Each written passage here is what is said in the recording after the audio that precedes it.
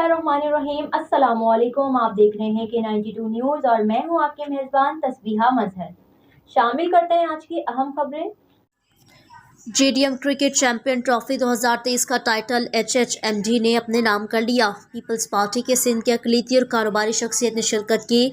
कराची से sport reporter, national youth sport और sport and youth affair department के ताउन से जेडीएम क्रिकेट चैंपियन ट्रॉफी 2023 जो कि कराची डिस्ट्रिक्ट साउथ में खेला गया, जिसमें 32 टीमों ने हिस्सा लिया। इस टूर्नामेंट में HHMD और ग्रेसिक सिंह का फाइनल कांटे का मुकाबला हुआ, जिसमें पहले बैटिंग करते हुए HHMD ने 12 ओवर्स में 142 रन का टारगेट दिया। ग्रेग सिंह 11 ओवर्स 2 बॉल पर आउट हुए।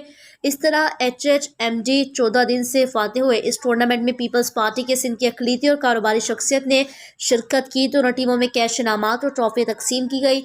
आए हुए गेस्ट और वॉलंटियर को शील्ड से नवाजा गया।